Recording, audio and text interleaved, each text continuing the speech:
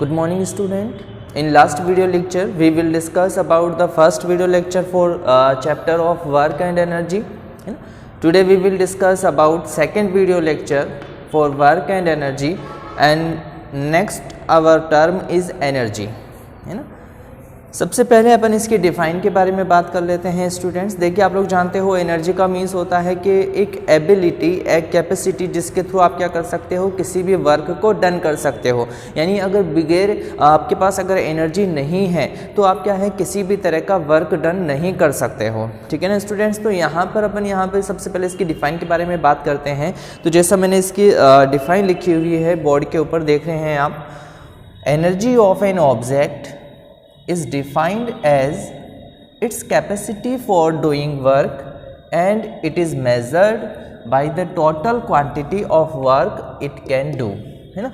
यानी क्या हुआ स्टूडेंट्स के एनर्जी क्या हो गई, एक टाइप की क्वांटिटी हो गई जिसके थ्रू आप क्या कर सकते हो, कोई भी वर्क कर सकते हो, है ना।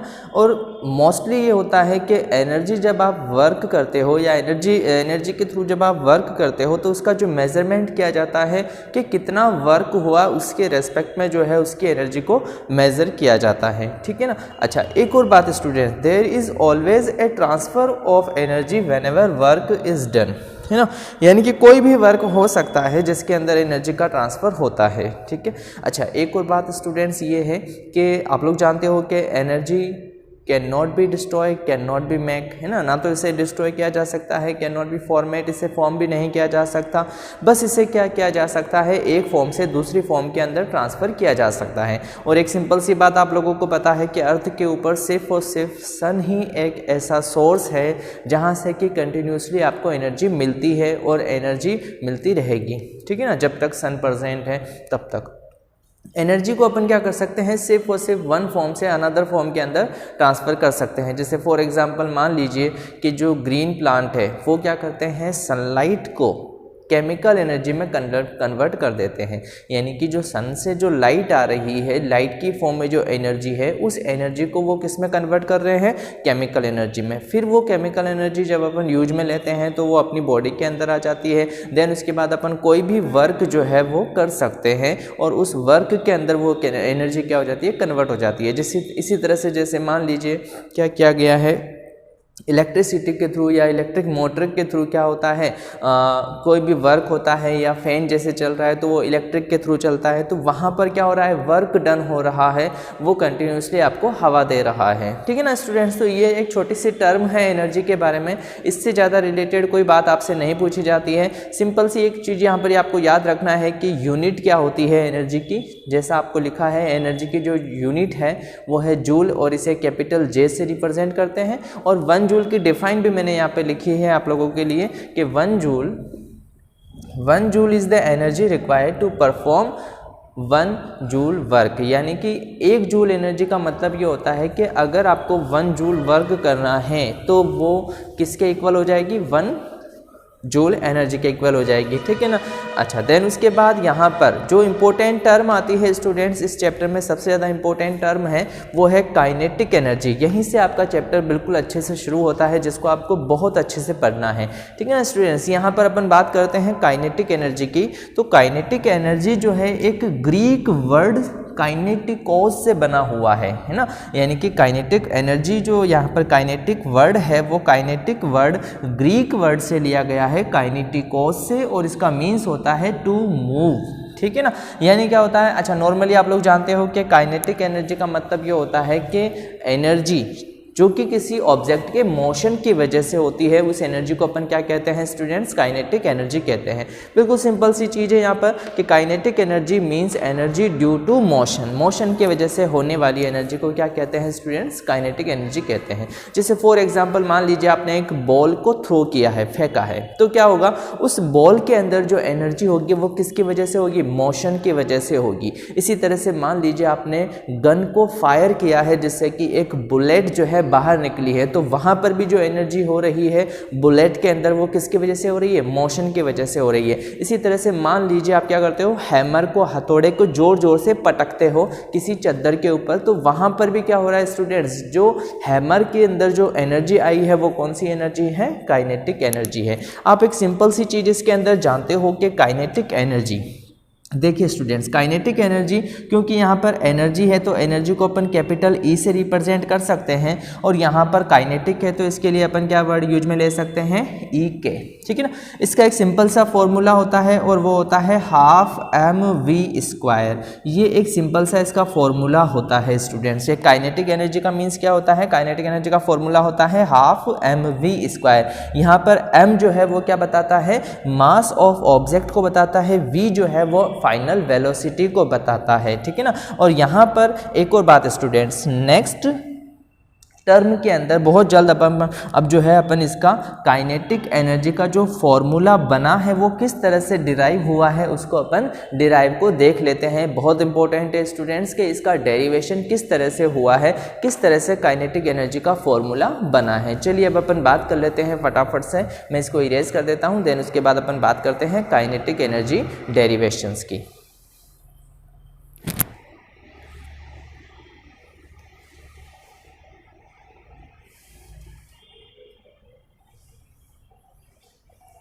Yes student, our next topic expression for kinetic energy. देखिए स्टूडेंट्स, सपोज आप लोगों को दो ऑब्जेक्ट दिए गए हैं, दो बॉल हैं, एक बॉल ये है, इसको मान लीजिए मैं ए बॉल का नाम दे देता हूँ, और सेकंड बॉल ये है जो कि मान लीजिए बी है। इन दोनों के मास m और m, यानी कि दोनों के मास जो है वो इक्वल है, ये आपको कंसीडर करना है। और यहाँ पर ये जो बॉल है ये कंटिन्यूसली क्या कर रही है, चल रही है, यानी कि रोलिंग हो रही है, कंटिन्यूसली वो मूव कर रही है।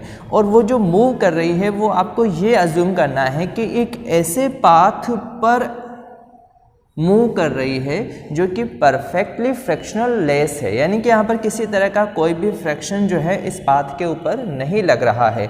और यहाँ पर एक एक्सटर्नल फोर्स लगाया गया है, बाहर से एक फोर्स लगाया जा रहा है ना। तो अब यहाँ पर ये जो है इसका मास m हो गया। जब इसे आप क्या करते हो, फोर्स लगाते हो तो ये मूव करने लगती है। तो यहाँ जो मूव करेगी तो एक इसकी इनिशियल वेलोसिटी बनेगी, और वो जो इनिशियल वेलोसिटी होगी वो क्या हो जाएगी students, u, small u। Then उसके बाद क्या होता है, आफ्टर t टाइम, यानी कुछ समय के बाद वो यहाँ से यहाँ पहुँच जाती है। अब यहाँ पर भी क्या हो रहा है स्टूडेंट्स, इसके ऊपर फोर्स कौन सा लग रहा है, F, और इसका मास क्या है, m। लेकिन यहाँ पर इसकी वेलोसिटी में कुछ ना कुछ चेंजेस आ जाता है। मान लीजिए इनिशियल वेलोसिटी और फाइनल वेलोसिटी, फाइनल वेलोसिटी को अपन v से रिप्रेजेंट करते हैं, ठीक है ना। ये अपन ने अज्यूम कर लिया है, यही चीज़ मैंने यहाँ लिखी है। Consider an object of mass small m which is moving with initial velocity u on A perfectly frictionless surface, let a constant external force F act on its produce an acceleration a, यानी कि ये इसे accelerate कर देता है, और acceleration क्या हो रहा है, इसका a हो रहा है। और यहाँ पर इनिशियल वेलोसिटी ये बन रही है, फाइनल वेलोसिटी ये बन रही है। देन अपन ये बता सकते हैं कि इफ़ द वेलोसिटी, यानी कि if the v is the final velocity and displacement s, है ना। तो अपने पास एक फॉर्मूला होता है, आप लोगों को पता है ये फॉर्मूला है मोशन का, v square equals to u square minus 2as, ठीक है ना। तो यहाँ से अगर अपन इस s को इधर लाते हैं स्टूडेंट्स, तो ये 2a कहाँ चला जाएगा, नीचे की तरफ, जैसा कि यहाँ पर हो रहा है। तो s इक्वल्स टू क्या हो जाएगा, v square minus u square upon 2a। Okay students, यहाँ तक का क्लियर हो गया आप लोगों को। अब यहाँ आपको क्या करना है, ये जो इक्वेशन आपके पास बन के आई है, जिसके अंदर आप क्या निकाल रहे हो, s, यानी कि डिस्प्लेसमेंट देख रहे हो। तो वो जो डिस्प्लेसमेंट है स्टूडेंट्स, इसके लिए आप लिख दो कि ये इक्वेशन नंबर 1 है। देन उसके बाद आपको क्या करना है, work done by the force in displacing body, यानी कि अगर ये बॉडी यहाँ से यहाँ जा रही है तो मीन्स यहाँ पर इस बॉडी के थ्रू कोई ना कोई वर्क डन हुआ है। और वो वर्क डन निकालने के लिए अपने पास फॉर्मूला क्या होता है students, W equals to F into S, है ना। इससे पहले वाले वीडियो लेक्चर में मैंने आप लोगों को बताया हुआ है कि वर्क डन का फॉर्मूला क्या होता है, W equals to F into S. अब आपने क्या किया, ये जो इक्वेशन है, इस इक्वेशन को क्या नाम दे दिया, इक्वेशन नंबर 2। देन उसके बाद एक और बात स्टूडेंट्स, आप लोग जानते हो we know second law of motion, second law of motion जो होता है उसके अकॉर्डिंग F इक्वल टू क्या आता है, ma आता है। यहाँ पर m क्या बताता है, मास को, a क्या बताता है, एक्सेलरेशन को, F क्या बताता है, फोर्स को। आप इसे इक्वेशन नंबर 3 नाम दे दीजिए। अब स्टूडेंट्स क्या करना है, आपके पास 3 इक्वेशन है student, equation number 1, equation number 2 and equation number 3। अब आप लोगों को ये करना है from equation first, second and third we get, अपन को क्या मिलेगा। अब यहाँ से स्टूडेंट्स अपन क्या कर सकते हैं, वर्क डन। क्यों अपन वर्क डन निकालना चाहते हैं स्टूडेंट्स, क्योंकि अपन देखना चाहते हैं कि काइनेटिक एनर्जी, और अपन ने ये कहा था कि मतलब काइनेटिक एनर्जी का मतलब ये होता है किसी मोशन की वजह से होने वाली एनर्जी, और जो एनर्जी है वो किसके इक्वल होगी, यहाँ पर अगर फ्रिक्शनल लेस पाथ है तो जो एनर्जी है वो उसके वर्क डन के होगी। तो अपन यहाँ पर क्या निकाल सकते हैं, अगर वर्क डन अपन ने निकाल लिया है तो अपन को एनर्जी भी मिल जाएगी। तो इसी तरह से अपन क्या कर सकते हैं स्टूडेंट्स, यहाँ से इन फॉर्मूले को, इन तीनों फॉर्मूले को, फर्स्ट, सेकेंड और थर्ड, इन तीनों फॉर्मूले के थ्रू अपन क्या करते हैं, W इक्वल्स टू F, ये जो F है स्टूडेंट्स, इस F की जगह पर अपन क्या रिप्लेस कर सकते हैं, ma। F की जगह पर आप क्या रिप्लेस कर दो, इस इक्वेशन के अंदर F की जगह पर आप रिप्लेस कर दो ma।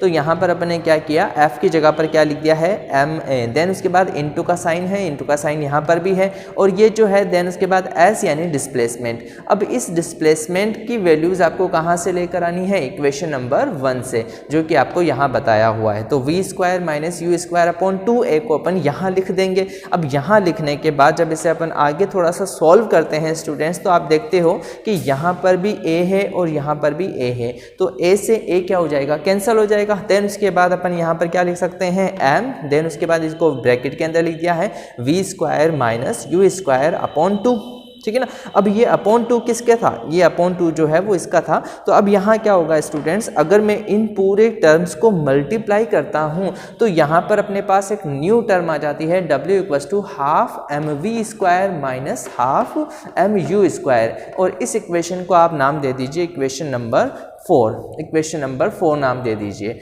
और if the object is in rest u equals to क्या हो जाएगा, 0।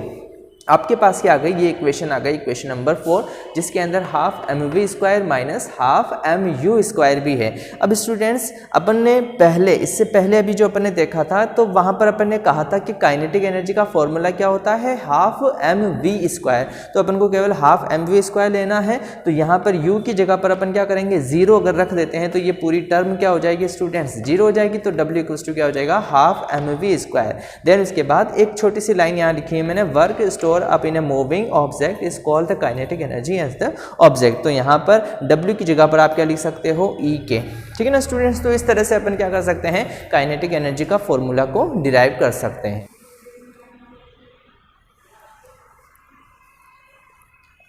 यस स्टूडेंट्स, काइनेटिक एनर्जी से रिलेटेड एक न्यूमेरिकल क्वेश्चन है आप लोगों के लिए, जैसे ए बुलेट ऑफ मास 20 ग्राम। आप लोगों को अंडरलाइन करते हुए जाना है क्या क्या चीज़ें इसमें दी हुई है।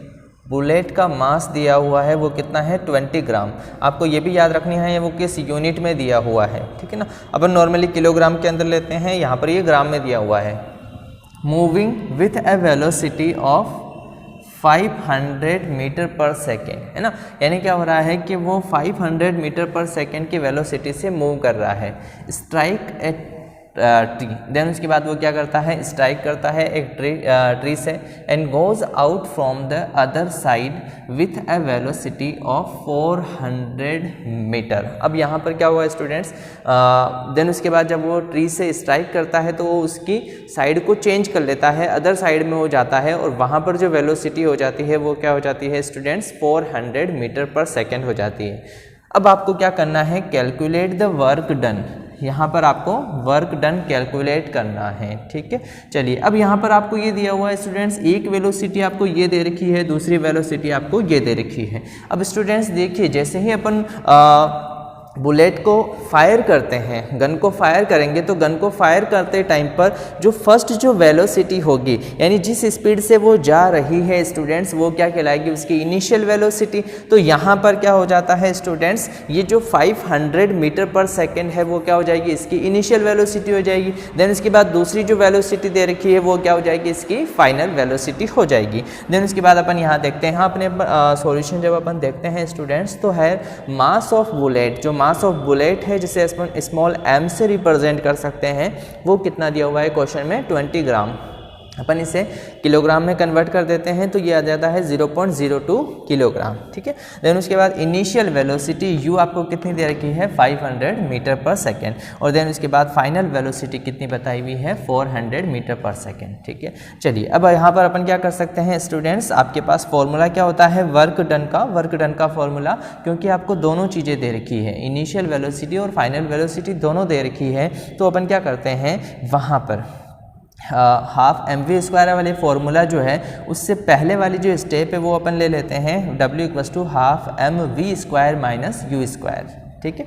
चलिए अब यहाँ पर आप देख रहे हैं स्टूडेंट्स, v की वैल्यू जो है वो कम है और u की वैल्यू जो है वो ज़्यादा है। अगर अपन इससे फॉर्मूले के थ्रू इसे लिखते जाएंगे तो वहाँ पर जो वर्क डन होगा वो क्या हो जाएगा स्टूडेंट्स, नेगेटिव आ जाएगा। बट यहाँ पर नेगेटिव नहीं आना चाहिए, क्यों, क्योंकि यहाँ पर किसी तरह का कोई जो है अदर या ऑपोजिट फोर्स तो लग नहीं रहा है। यहाँ पर तो क्या हो रहा है, जिस तरफ बुलेट मूव कर रही है बिल्कुल उसी तरफ क्या हो रहा है, उसी तरफ फोर्स भी लग रहा है, यानी दोनों का डायरेक्शन सेम है। तो अपन यहाँ क्या कर देते हैं, इनको थोड़ा चेंजेस कर देते हैं। यानी ये जो फॉर्मूला है ½ mv² - u², इसको थोड़ा सा चेंज करके अपन इस तरह से लिख सकते हैं, u² - v²। ठीक है ना।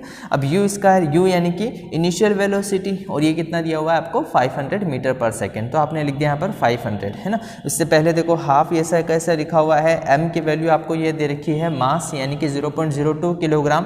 देन उसके बाद आपने u की वैल्यू लिख दी, माइनस का साइन है, माइनस का साइन लगा दिया, v² यानी v की जो वैल्यू है वो कितनी है, 400 है। तो आपने यहाँ पर लिख दिया 400 का स्क्वायर। ठीक है। अब आप इससे क्या करते हो, सॉल्व कर लेते हो स्टूडेंट। सबसे पहले अपन क्या करते हैं, 500 का स्क्वायर देख लेते हैं। तो जब 500 का स्क्वायर अपन देखते हैं स्टूडेंट्स, तो 500 × 500 कर देते हैं। 500 × 500 करने पर कितना आ जाएगा, अपन क्या करते हैं, इन दोनों को मल्टीप्लाई कर देते हैं। तो ये कितना आ जाएगा, 2 5 1 2 3 और ये 4। ठीक है ना।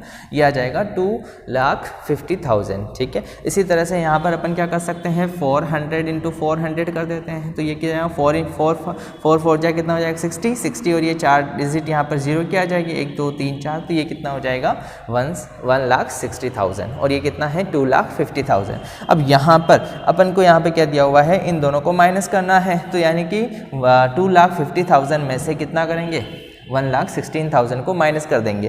तो यहाँ पर जो आंसर इन दोनों का जो